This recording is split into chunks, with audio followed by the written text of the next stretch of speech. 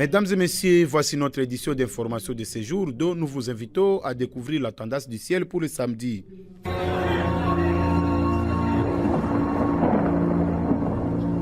Oasis, la météo. Voici comment se présente la prévision météorologique du samedi 21 décembre 2024 en ville de Béni. Levé du soleil 5h56 et son coucher 18h02. Le vent courra à 15 km par heure l'avant-midi en direction nord et à 20 km l'après-midi en direction sud-ouest. La température maximale sera ressentie à 28 degrés et la minimale à 18 degrés. Ce jour, la météo prévoit un risque de plus de 30% dans la ville de Béni, donc prenez vos précautions possibles.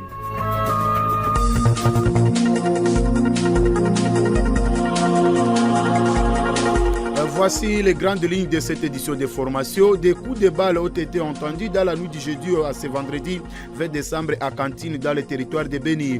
Des inconnus armés ont brûlé le bureau de la police de protection des enfants et la véranda coutumière selon les sources locales. Entre-temps, les présumés bandits armés ont perturbé la quiétude des habitants du quartier Kiahala dans la commune de Boulenguera en ville de Boutembo. Les malfrats ont emporté plusieurs billets de valeur. Nous en ferons le point dans ce radio-journal.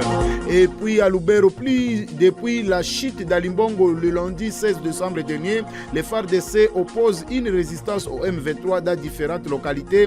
L'armée congolaise repousse toutes les tentatives de l'ennemi à avancer vers le nord. Tels sont les titres qui seront aux côtés des autres présentés dans ce radio-journal par Maki Barak Patrick grâce à la complicité technique de Shadrach Mbafumoja. Bonne position d'écoute à tous. Jeune, ton avenir est plein d'espoir, mais une seconde de plaisir sexuel peut le gâcher à jamais. Sois sage. Je vous salue de partout où vous nous suivez à ce moment. Il y a eu clôture ce vendredi 20 décembre 2024 de la formation Capoeira alors pour la paix. Cette initiative vise à soutenir les enfants traumatisés par les atrocités vécues dans la région de Béni. Au total, 70 enfants ont pris part à cet événement à l'issue duquel des certificats de mérite ont été remis aux participants. Les enfants ont été soumis à des activités récréatives telles que la danse pour les détraumatiser. Cette action est saluée par Chabalea Chamambaya, représentant de l'action concrète pour la protection des enfants à Kopia Siglé.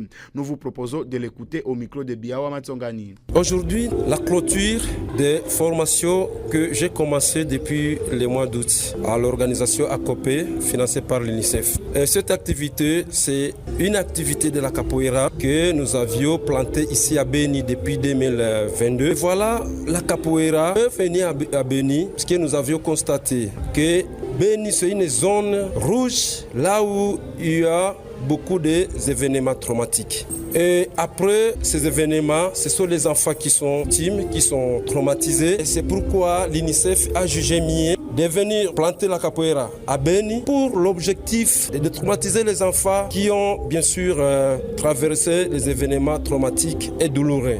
Maintenant, aujourd'hui, nous sommes ici pour la clôture de cette formation et parmi les participants qui ont bénéficié de cette formation, il y a bien sûr les enfants sortis des groupes armés, il y a aussi les enfants de la communauté qui sont traumatisés par les événements traumatiques. Et voilà, nous avions clôturé cette cérémonie avec une sanction des brevets pour les enfants. La capoeira, c'est une thérapie qui soigne les enfants qui sont traumatisés. À Béni, je vais appeler tous les enfants de Ben de venir pratiquer la capoeira. Le chef de l'État congolais Félix Tshisekedi a procédé à une restructuration du commandement des forces armées de la République démocratique du Congo FARDC à travers plusieurs ordonnances lues sur la chaîne nationale RTNC dans la nuit du jeudi 19 décembre 2024. Le président a pris des décisions importantes pour tenter de redresser la situation sécuritaire alors que le pays fait face à une crise marquée par l'avancée rapide des troupes du M23 dans l'Est ainsi que par le terrorisme des combattants ADF dans les provinces du Nord Kivu et de l'Ituri. Parmi les décisions, le général d'armée Chiwewe Christian, qui occupait le poste du chef d'état-major général des FARDC, a été remplacé par le général-major Gilles Banza Milambwe, promu lieutenant général à cette occasion. Le général Chiwewe a pour sa part été nommé conseiller militaire auprès du chef de l'État. Dans cet extrait sonore sélectionné par Farah Jakato, nous vous proposons d'écouter la lecture officielle de ces nominations diffusées sur la RTNC. Ordonnance numéro 24/113 du 16 décembre 2024 portant nomination du chef d'état-major général des forces armées de la République démocratique du Congo. Le président de la République, vu la constitution telle que modifiée par la loi numéro 11/002 du 20 janvier 2011 portant révision de certains articles de la constitution de la République démocratique du Congo du 18 février 2006, spécialement ces articles 79, 81, 83, alinéa 1er, 189 et 191, vu l'ordonnance numéro 24/039 du 28 mai 2024 portant nomination de vice-premier ministre, de ministre d'État, de ministre délégué des vice-ministres, vu la nécessité et l'urgence, les conseils supérieurs entendus sur proposition du gouvernement ordonnent. Article 1er. Est nommé chef d'état-major général des forces armées de la République démocratique du Congo, le lieutenant général Banza Mwilambwe Jules, matricule 169 97 13 402 56. Sont abrogées toutes les dispositions antérieures contraires à la présente ordonnance. Article 3. La première ministre et le vice-premier ministre, ministre de la Défense nationale et des anciens combattants sont chargés, chacun en ce qui les concerne, de l'exécution de la présente ordonnance qui sort ses effets à la date de sa signature. En ce qui concerne les autres postes clés, le général-major Chitambwe Chiko, ancien commandant des opérations Front Nord contre le M23 et sous-chef d'état-major chargé des opérations et renseignements, a été nommé commandant de la première zone de défense. Cette zone englobe les provinces de Kinshasa, du Congo central, du Grand Bandundu et du Grand Équateur. Ces anciennes fonctions sont désormais occupées par le lieutenant-général Jacques Ndour Itialigonza, qui travaillera aux côtés du nouveau chef d'état-major général. En réaction, la coordination urbaine de la société civile de Beni a salué ces nouvelles nominations au sein des FARDC. Maître Pepe Kavota, président de cette structure citoyenne joint ce vendredi, estime que le lieutenant-général Gilles Banza Milambwe, nouveau chef d'état-major des FARDC, aura plusieurs défis à relever, notamment l'amélioration des conditions de vie des militaires déployés sur les lignes de front et le rétablissement d'une paix durable dans l'est de la RDC. Écoutons Maître Pepe Kavota au micro de Farah Jakato. Les attentes sont connues parce que tout d'abord, toute la province Nord Kivu est émaillée, n'est-ce pas, de récupération des entités, en commençant par là où l'M23 a pris comme Bunagana, et toute la province Nord Kivu finalement est à proie non seulement au M23 mais aussi des ADF. Et donc les attentes pour la société civile, c'est la récupération de toutes ces entités et ramener la paix dans notre province. Ça pour autant parler même de ce qui se passe en Ituri, où, n'est-ce pas, il y a aussi la multiplicité de groupes armés qui endeuillent du jour au lendemain la paisible population. Donc l'attente, c'est nous ramener la paix. Mais aussi, notre attente, c'est de voir comment améliorer la situation des militaires. Parce que les militaires qui sont au front doivent être bien pris en charge par, n'est-ce pas, l'État congolais, par les canaux, effectivement, des chefs d'état-major. Parce qu'effectivement, nous avons compris qu'il y a d'autres chefs d'état-major qui, n'est-ce pas, ne prennent pas bien en charge les militaires. Alors que la défense, c'est un ministère qui doit bien fonctionner pour que l'intégrité du territoire soit protégée. Dans le même élan, la société civile de Goma a également salué cette nomination. Elle invite le lieutenant-général Gilles Banza Milambwe à reprendre le contrôle de toutes les entités actuellement occupées par les rebelles du M23. Mario Ngavoso, président, a souligné l'importance d'une collaboration étroite entre la population et les forces loyalistes. Il a également exhorté le nouveau chef d'état-major général à garantir un traitement équitable à tous les militaires. Nous vous proposons d'écouter Mario Ngavo dans cet élément sonore. La société civile salue le remplacement au niveau des chefs d'état-major, mais également au niveau des opérations militaires. Nous avons cautionné beaucoup de pertes de villages, des pertes d'hommes, mais aussi cet slogan de repli stratégique. Nous pensons qu'il est temps que ceux-là qui n'ont pas été à mesure, qu'ils soient remplacés, et à ceux qui arrivent, nous leur demandons d'être patriotes, d'être stratèges, de faire des combats adaptés aux réalités et aux milieux, d'étudier les techniques de combat par rapport à l'ennemi. Comme vous le savez, nous avons ADF, nous avons M23, nous avons AFC, nous avons RDF qui sont toujours en train de combattre notre pays. Nous pensons qu'il faut que le gouvernement central puisse penser à la logistique, au paiement des militaires, mais aussi à la gestion de leurs familles pour relever le moral du dernier combattant qui est au front. Nous demandons aussi tous ceux qui seraient en train, n'est-ce pas, de détourner les fonds pour les opérations. Il faut qu'ils soient châtiés et que la justice puisse, n'est-ce pas, être faite pour eux. Nous demandons aussi à ce nouveau commandant de considérer le dernier soldat sur le terrain comme son enfant, de lui donner tout ce qu'il faut parce que nous ne voulons pas continuer toujours à faire percer nos jeunes. Certes, nous savons que cette guerre est aussi politique au niveau international, au niveau national, mais aussi au niveau des multinationales. Mais la population a confiance à son armée et nous pensons que aux côtés des forces armées, nous, la population, nous allons les aider avec les informations pour encore récupérer les entités et chasser les ennemis jusque dans leur dernier retranchement. Des présumés bandits armés ont perturbé la quiétude des habitants de la cellule Tahira, situé dans le quartier Kiahala, dans la commune de Boulenguera. Nous sommes en ville de Butembo. L'incident s'est produit dans la nuit du jeudi 19 au vendredi 20 décembre 2024. Au cours de leur opération, ces malfrats ont emporté plusieurs biens de valeur appartenant à des paisibles citoyens, notamment de l'argent et des téléphones portables. John Palou Koukameta, président de la société civile de la commune concernée, dénonce la récurrence des vols dans sa municipalité. Il appelle les autorités compétentes à intensifier leurs efforts pour mettre un terme à ce phénomène de banditisme urbain. Écoutons-les dans cet élément. La situation n'est pas bonne parce qu'aujourd'hui, le matin, la cellule Boutrahira s'est mal réveillée dans le quartier Kiala à commune de Boulenguera. C'était vers 0h où deux citoyens ont été visités par des bandits lourdement armés, vêtus à tenue semblable à celle des militaires. Il faut le dire que ces militaires ont d'abord ciblé la première maison. Heureusement, ils sont arrivés dans la première maison pendant que les papas n'étaient pas présents. Mais ils sont venus avec toutes les précisions possibles.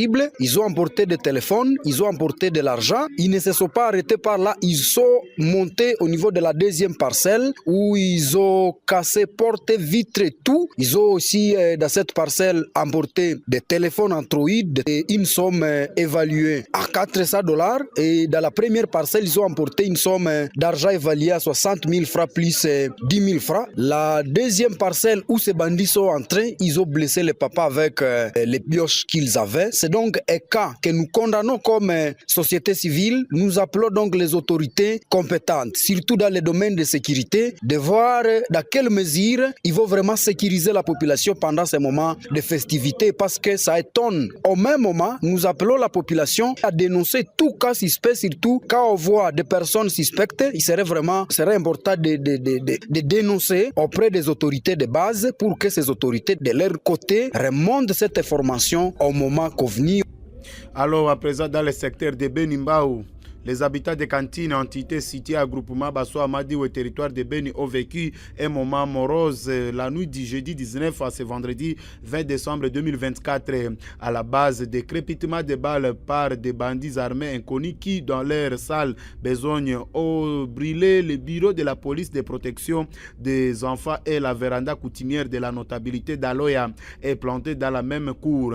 Voilà, voulant être maîtrisé, ces malfrats ont échappé à la main de la police nationale congolaise jusqu'à destination inconnue. La confirmation des faits est de Christophe Afazali Bin Kahongia, président de la société civile Force Vive en localité de Bassoa Lubena. Celui-ci fustige cette opération impire. Il appelle à cette occasion la population au calme et à promouvoir le mariage civilo-militaire. On l'écoute au micro de Fex et Glo Mukanda.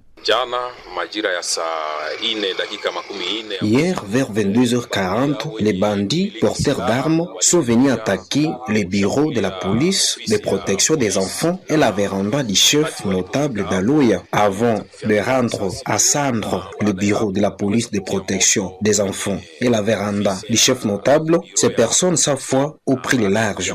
La police est intervenue pour les arrêter, mais avant, nous appelons tout le monde au calme et à vaquer à ses occupations car il n'y a rien à craindre. Nous appelons les habitants, particulièrement les jeunes, à se désolidariser des mauvaises choses qui peuvent ruiner la paix dans notre entité. S'il y a un problème de tel ou tel autre service de l'État, la société civile est là pour vous accueillir et à trouver solution. Au service de l'État de voir comment vivre avec la population car ça c'est de cultiver le mariage civilo-militaire. Précisons qu'aucun dégât humain n'a été enregistré. Toutefois, le compte plusieurs documents administratifs et des biens rendus en cendres lors de cet incident. De l'autre côté, dans le territoire de Lubero, depuis la chute d'Alimbongo le lundi 16 décembre, les forces armées de la RDC opposent une résistance au M23 dans les localités du sud de ce territoire. Malgré les tensions des rebelles de conquérir le village de Mambasa, l'armée congolaise appuyée par des résistants locaux fait bloc depuis 4 jours. C'est ce qu'indique le porte-parole de l'armée sur le front nord dans une note de presse publiée ce vendredi 20 décembre. Le sous-lieutenant Rigen Mbouy précise qu'en raison de la ceinture de sécurité formée à Mambasa, l'ennemi a plusieurs fois tenté de déborder en V vers Luofu, Kanyambi et Miobwe. Le sous-lieutenant mentionne toutefois qu'à la suite de la résistance des FARDC, les rebelles ont débordé les matins du mercredi dernier les positions de l'armée basées à Mbingi, à l'ouest de Lubero. Les forces loyalistes se sont alors retirées dans la zone pour protéger les civils qui faisaient face aux tirs des assaillants. Le porte-parole militaire rassure que les troupes gouvernementales restent engagées à récupérer toutes les entités contrôlées par le M23 suite aux hostilités à Lubero. Plusieurs civils se sont déjà déplacés vers les zones jugées sécurisées pour mettre à l'abri.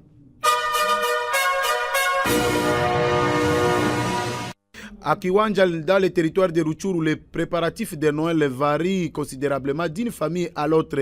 Pour certains, cette période est synonyme de joie et d'abondance, tandis que d'autres peinent à retrouver les ressources nécessaires pour célébrer cette fête chrétienne.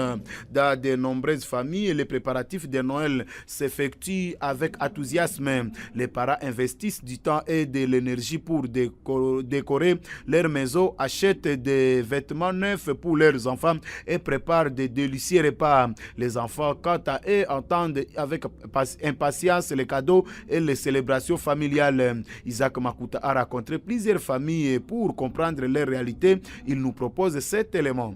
Presque toutes les couches de population se préparent pour cette journée.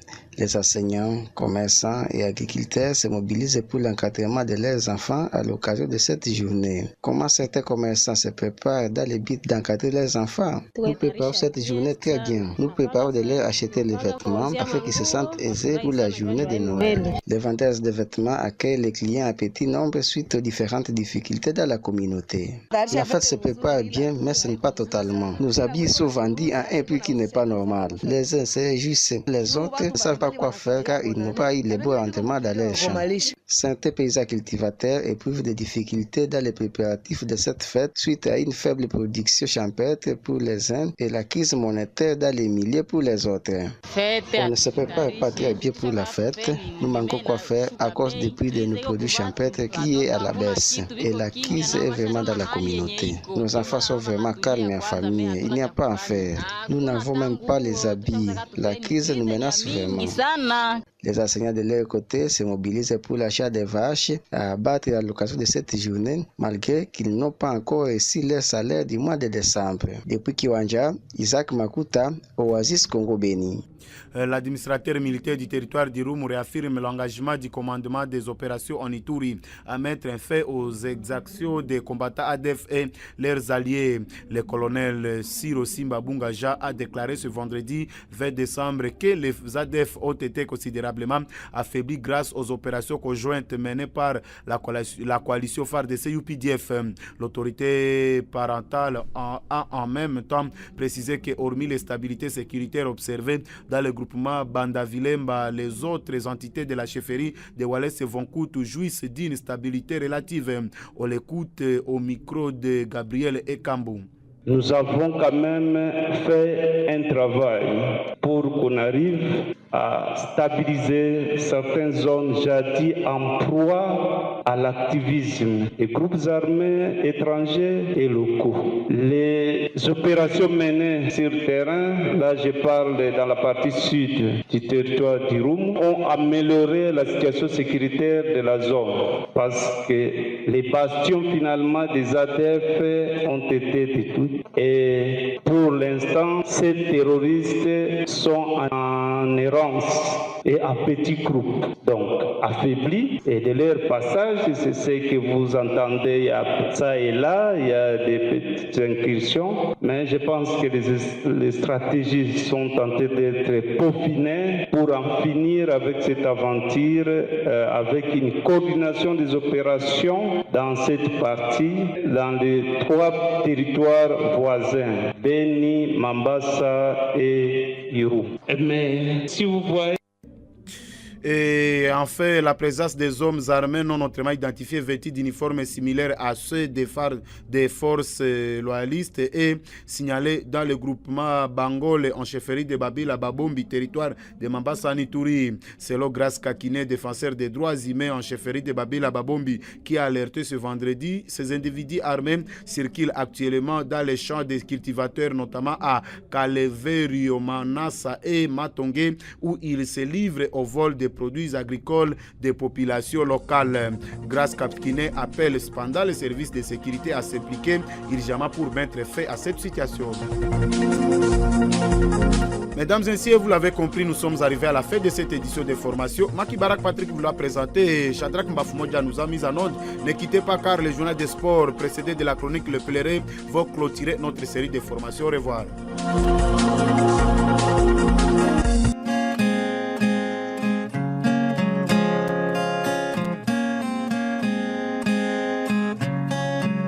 Les routes de desserte agricole du royaume de là-bas sont des routes bien entretenues, propres et carrossables. Mais hélas, elles sont pleines de barrières. Barrières de pluie, barrières de rapport, barrières de la cigarette et finalement la barrière du brigadier en chef. Une route qui mène au champ, mais les paysans est appelé à payer pour faire passer ce petit régime de bananes plantées. Il se fait qu'il y a confusion chez les gouvernants, pratiquement ceux qui sont dans la mopape du roi, ou mieux les yeux et les oreilles du roi. Voyez-vous, quelqu'un qui va au champ sur un vélo, tantôt sur une vieille moto, on lui impose de l'argent en aller comme au retour, une route de desserte agricole parsemée de barrières où les scouts et les Xaveri se positionnent pour récolter de l'argent chaque matin, chaque soir. Aucune quittance, aucune preuve n'est remise aux assujettis. Aucun cantonnier sur la route, les victimes parlent et pleurent, personne n'en parle, car le roi n'est pas au courant. Voyez-vous, pour avoir manqué juste 700 dinars, monnaie utilisée au royaume de là-bas, un citoyen a été criblé de balles réelles. Mais comme c'est le royaume de là-bas, personne n'en parle. Il n'y a aucune enquête cantonné. Pour rappel, le royaume de là-bas reste la première nation au monde avec le nombre le plus élevé de barrières sur les routes. En moyenne, on enregistre une barrière pour 9 km. Les routes nationales comme les routes régionales sont toutes similaires en termes de barrières. Ce qui fâche le pèlerin, c'est finalement ces barrières sur les routes de desserte agricole, lorsque l'on sait que 80% des populations du royaume de là-bas vivent de l'agriculture. Les commissaires des peuples, les représentants légaux, les vénérables et les excellences, personne n'ose en parler. Au royaume de là-bas, les notions de droits humains sont levresques et le peuple n'en sait rien, ne dit rien. Un peuple visiblement dupe, sinon naïf et voué au néant. Les 700 dinars pour lesquels on a tué un citoyen ne peuvent nullement acheter un paquet de allumettes. et celui qui a refusé de donner et celui qui a tiré à bout portant devraient avoir réellement un jugement particulier ces jours-là du jugement dernier.